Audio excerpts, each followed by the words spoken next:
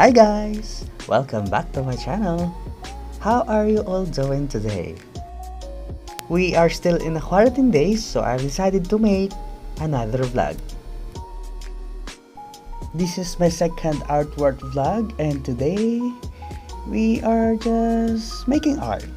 Ngayong araw, ang gagawin natin ay ang makikita nyo, ayan. And papakita natin kung paano ko siya ginawa. First off, syempre, gumawa tayo ng sketch para yun yung magiging basihan natin. Lalagyan na natin siya ng buhay sa pamamagitan ng paglalagay ng kulay. Guys, sa first vlog ko, simula tayo sa light color. And then later on, lalapatan na natin siya ng darker color.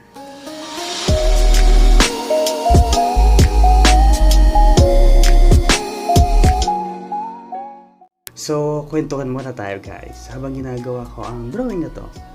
So, ang topic natin today ay bakit nga ba ako bumalik sa pagguhit? Why did I go back into painting? So, totoo lang guys, nung bata pa ako, hilig ko na talaga ang pagguhit. To the point na inuuto ko pa noon yung pinsan ko during elementary days para lang samahan akong gumuhit at gamitin yung mga krayola niya. Tapos, hilig ko din dati ang magpagguhit sa papa ko ng mga bata. Di naman perfect yung draw ng father ko, but until now, I can picture out kung paano niya ginuhit yon. Sa aming family, sa Salgado clan, lahat ng mga tito ko at tita ko ay marunong mag-draw. Until sa next generations namin ng mga mabipinsan, ako yata I think ang mas nakitaan ng hilig dito. Kapatid ko marunong din kaso hindi niya ipinagpatuloy. Actually guys, isa ako dati sa mga laging pambato noon ng school namin or class namin sa mga poster making contests and naging editorial cartoonist ako noong high school sa aming school paper. Dahil sa pagpipinta ay marami akong napuntahan din ng mga lugar. And now, dahil quarantine, all of these memories ay bumalik sa akin. Actually, hindi naman talaga ako huminto guys. Nagpahinga lang. Should I say?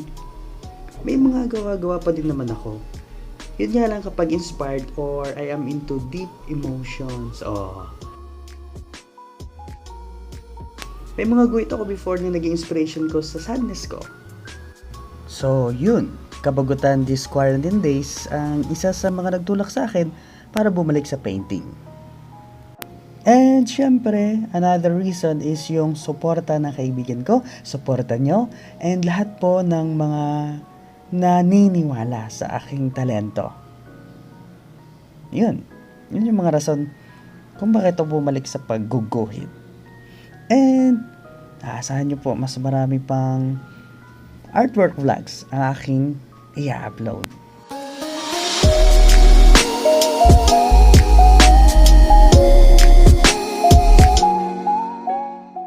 Okay guys, balik tayo sa ginuguhit ko.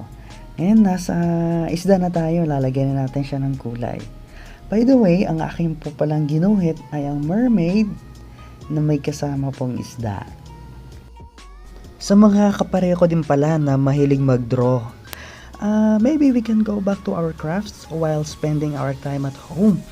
May we have our own career that is way far away from painting, but try to grab those brushes and colors again. It is quite relaxing and fulfilling guys. It will definitely makes you sane while in quarantine.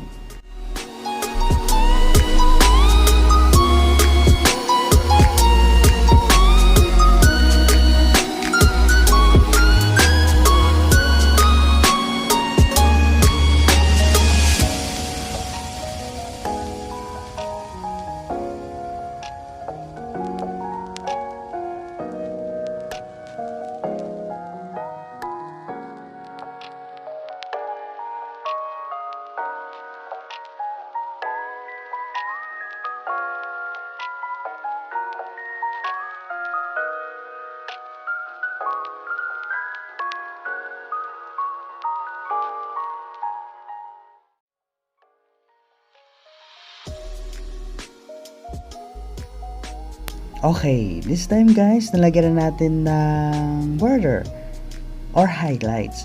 Yung mga lines para mas ma-emphasize natin yung mga curves at syempre yung gusto natin ipakita na part na kanyang face.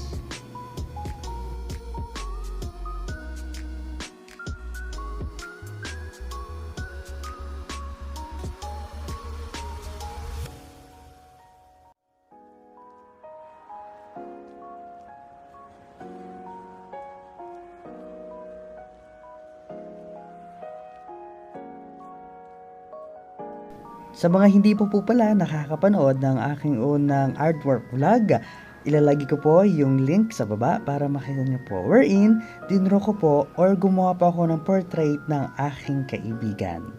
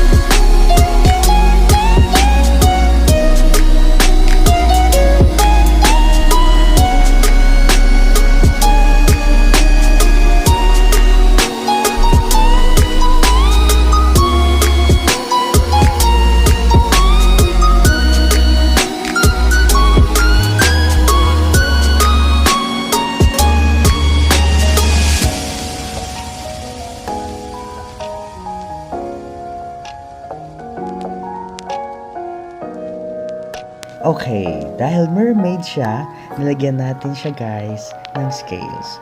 Pero, dapat maganda pa din siya tingnan. Malapit tayo matapos. Enjoy nyo lang muna.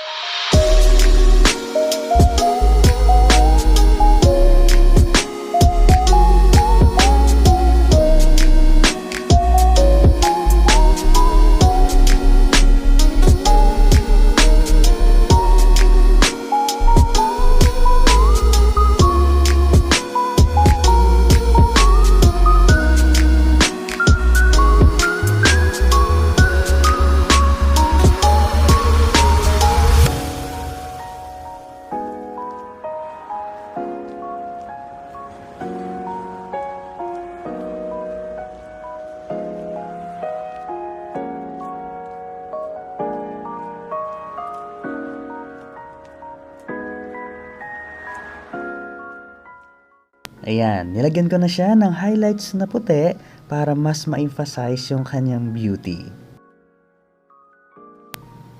Ayan guys, tapos na tayo.